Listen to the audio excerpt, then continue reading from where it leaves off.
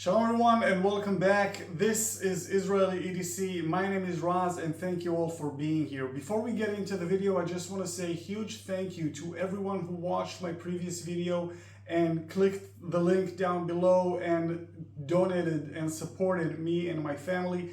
I truly appreciate it, and I hope that some of you will decide to do the same. So the link will wait for you down in the description box below and in the first comment below this video. Now, Israel is under attack. We've been at war for the past 2 weeks, and we now need to find ways to defend ourselves in case of an attack in the street. Like if Hammas activists or terrorists will attack me in the street, I need a way to protect myself. Now, I know there's a misconception about Israelis that all of us are armed and all of us, served in the army and all of us carry firearms everywhere we go. Not true. I did serve in the military. Most of the Israelis recruit to the military, but when we get out of the army, we don't get to keep our weapon, nor do we get to keep our weapon license. We don't all carry firearms.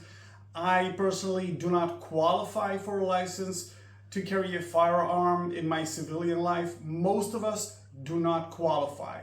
There are some people who are carrying firearms in their day-to-day lives, not necessarily because their job requires them to, but just because they can, because they qualify for the certain qualifications that are required to get a firearm, but most of us don't. So for people like myself and my family, our best protection on a one-on-one situation out in the street is basically carrying a pepper spray, which I do carry in my pocket for the past couple of weeks. Now, this is not something that is a regular part of my EDC outside of wartime, which we are now in. Outside of being in an active war in this country, I normally don't carry a pepper spray, but for the past couple of weeks, I do carry one in my pocket, and I don't leave the house without it, not even if I'm taking my dog out for a walk. This goes with me in my pocket. Now, alongside my pepper spray, I also carry a capable flashlight, which is, I just put it right in its place, which is my choice of flashlight, which is tiny, it's compact, but it's powerful. This is the S1R Baton 2 from Olight. Now, I'm not going to point it directly at the camera, I'm just going to point it right there. The main function that I'm looking for in a self-defense kind of flashlight, like, what's the word I'm looking for? Tactical flashlight, is the ability to quickly get to a strobe function, which this does have. So a quick 3 taps on the button right here, 3 quick taps gets you to strobe mode, which looks something like this. So I'm not going to aim it directly at the camera, but you can tell that if I'm pointing this at someone, it's kind of disorienting, and it might give me the second or 2 seconds or 3 seconds I need to pull out my pepper spray, aim, and shoot. So these two are my best options right now to defend myself if I happen to encounter a situation where my life is being threatened or something of that sort. So these two are my best friends for the past couple of weeks and will continue to be so until the fighting is over and until Israel will hopefully win the war and we will not have to be afraid for our lives walking in the streets of Israel. So these two are in my pockets for the past couple of weeks. Other than that, most of my EDC in my pockets is basically the same. I carry a pen, which is, in this instance, the Olight Open Mini in OD green, which is a very nice color. And in my back left pocket, I carry just a regular notebook. I don't do the Write in the Rain notebooks. I don't like them. I do have one right here. I do have my Write in the Rain notebook. I just don't like them as much. I prefer the regular, regular paper kind of notebooks. In my one more thing that I'm not allowed to carry, I'm not supposed to carry, is a folding knife, which is a locking blade. This is a locking knife from Rough Rider.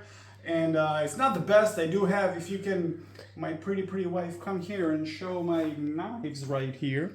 I do have other knives to choose from, but it's just, this one is just, you know, it's beefy. It's beefy and it will protect my life should it come down to it. Now, if you can just go back over there so I can show it. I'm not supposed to carry this because we are not allowed to carry locking blades here in Israel. But you know what? Times of war, you know? So I'm not gonna abide by the rules, by the law of Israel to not carrying a fixed blade or a locking blade in my pocket. I do carry one in my pocket every single day for the past 2 weeks, ever since the war started. And the main reason I choose this over my more expensive knives is because of the quick action. The blade is so heavy that all it takes is a flick of the wrist and the knife is fully open, and it is locked. It does have a liner lock right here, so it is a locking blade, which is, again, illegal in Israel, but times of war, you know, I need to defend myself in every way possible. So if it does come down to a hand-to-hand combat with a Hammas terrorist, I'm going to be able to draw this out of my pocket and, you know, do some damage, or at least stay alive. So yeah, not supposed to carry this, but I do carry it, and hopefully soon I won't have to, because I don't like carrying a locking blade, specifically not that big of a locking blade. Now, other than that, I do carry my Victorinox, which is the Victorinox Compact. You all know the Compact. If you've seen any videos on my channel, you know this is my favorite so far. But I am working on building my own custom Victorinox Swiss Army knife. I'll keep you posted in future videos. But for now, yeah, the Compact never leaves my pocket. This is everything I carry in my pockets. So basically, all that's changed in these past couple of weeks is the pepper spray and the locking Rough Rider folding knife. Now, I just want to say once again, thank you to everyone who subscribed to the channel and liked the videos, and thank you for all the lovely comments that you guys left on the previous video. You have no idea how much I appreciate the support and the donations you made through my link. My wife is making funny faces behind the camera to lift up my spirits, because she's used to see me smiling and laughing, and it's kind of hard to do for the past couple of weeks, but we try, and you guys are helping. And if you want to continue helping, and if you want to continue support my work and my channel, feel free to do so in the link down below. I'm looking forward to all your support and to your lovely comments below this video. And until the next video, stay safe, and I'll catch you in the next one. Thank you for being here. Adios.